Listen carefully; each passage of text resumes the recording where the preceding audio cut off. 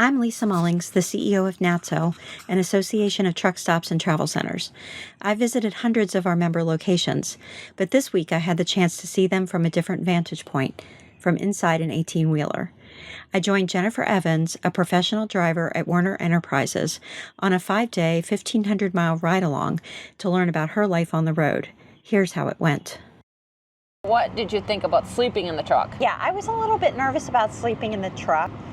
Well, for one thing, I have that dog allergy, and I was worried about how it would be, like, would I be able to sleep in the truck?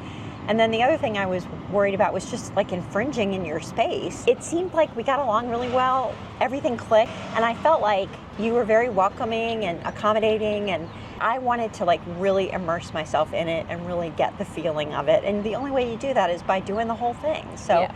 I was excited about it. And as long as I've worked at NATSO, I've never actually driven in a truck like that, and I've never slept in a truck, and I've never had a truck stop shower, and it was really, really good. It was like on Monday when you jumped on the truck, we started out at 4 o'clock in the afternoon and ended at like midnight. And then we started at 9 and parked early, and then we started up at 4, and then today yesterday we rolled out at 11:30 at night. Yeah, my body is so confused right now, because we did have so many different hours, and that was the thing I was kind of surprised by, was like, I expected it, you leave at a certain time in the morning, you stop at a certain time of the night, but you're identifying, okay, this is where I need to go. I need to pick up the load here, I need to deliver it here, and you're taking into account traffic, you're taking into account your hours of service, and you're also trying to find, the place to stop for the night. And so needing to do all that, you have to be willing to be flexible in your hours. I really wanted to be able to go back and when members are talking about issues, or something occurs to me and I think, oh yeah, my experience with Jennifer taught me this. Even though you know things intellectually, now I know things personally. I know them at a different level. So I can't tell you how much I appreciate you doing it. And you didn't just let me do it. You made it fun too. You made it an adventure. And so it was definitely something that I would recommend other people doing. I wish other people would do this, because bringing somebody into their world promotes understanding. And I think that the next time I'm talking about truck parking, or the next time, I'm talking to a member about what things he's providing at the truck stop, I will be thinking of Jennifer and thinking, what does Jennifer need? What would be good for her? With you understanding how trucks operate in a truck stop. Mm-hmm. Now you're getting the truck stop's point of view, and you get the trucker's point of view. And I think that was great, and I'm so glad that you guys reached out to us to help you with this ride-along. Now that I've had a chance to ride along with you, I can see a woman can definitely do this job. It's a hard job, but it's rewarding too. Yeah. And I can see why you would be attracted to a job like this. But I think a lot of women probably dismiss it without even considering it, really, because they don't realize they could do it. And you've been doing it for how many years now? 20 years. And how many miles now? I got over 1 million accident free. When you hit that goal, it's like, wow, look at what I've done. And it's like, you don't realize it during the time you're reaching those goals. And then once you reach those goals, it's like you just ran over the finish line. It's like, now I'm working on my 2 million, and I'll get there. Yeah. And it's like, I have no doubt. I have no doubt.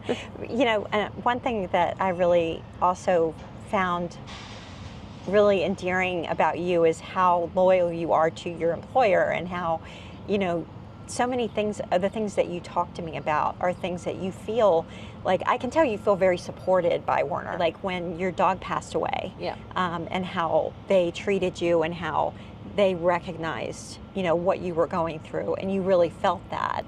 That makes your relationship different than just an employee-employer. Yeah, because then Werner is very dedicated to their drivers and pet policy. Yeah. And there's not a lot of companies that allow that anymore. They're accommodating their drivers with different things at the terminals. Sure. And they're now doing it with the pets too. But also the truck stops, when we went to the truck stops and they had a dog run, I can imagine that would make you feel like, okay, I'd rather stop here, because they're accommodating me as a person, what I need. And what I need is a place for my dog. Are you glad that I drove with you, or do you feel like I'm exhausted and I cannot wait to get away from this person? Or like how did it go for you? It was a lot of enjoyment, and it's like I'd love to help other females that are looking into the trucking industry like you did, to reach out to Werner and me or any other professional driver with Werner to learn and understand the trucking industry, the ins and outs. You know, that increased understanding that I had, the education that I got, that will help me serve my members better. And that's ultimately why I'm doing it. Because, you know, truck stops are really important to the entire system, and sometimes I don't think people that are outside our industry really understand the dynamic. You know, it's not just, you know, you going to a store and picking something up and buying something. There's a whole network behind the scenes that's just, they're doing their job every day. But without them doing their job every day, day in and day out, where would we be? Truck drivers fuel the industry. But in order for us to do that job, we need the truck stops there to back us up. Sure. For the parking, for the fueling, for the snacks, for dinner, for showers. They're the ones that are there. They're helping us, support us, to help us do our job. And if it's like, if we didn't have them there, where are we going to park? You know, I'm able to research and find a truck stop that's going to accommodate me so I can accommodate the public. Yeah. And that to me is a big deal. So people don't realize how much truck stops help truckers. And it's like when COVID happened, they stepped up. They had to keep their place open. Yeah. To accommodate us. The comfort of home from the truck into the truck stop. And I'm very grateful for everything that they did and how you guys and your organization helped everybody through that and keep the truck stops going. We have like a lot of complex issues and problems, and hopefully like more of this, we can work those things out, like whether it's, you know, truck parking or the new alternative fuels coming in. There's all kinds of issues that our industry together has to work on, and increasing understanding can only like get us closer to solutions. Yeah. So thank you. Are you gonna sing?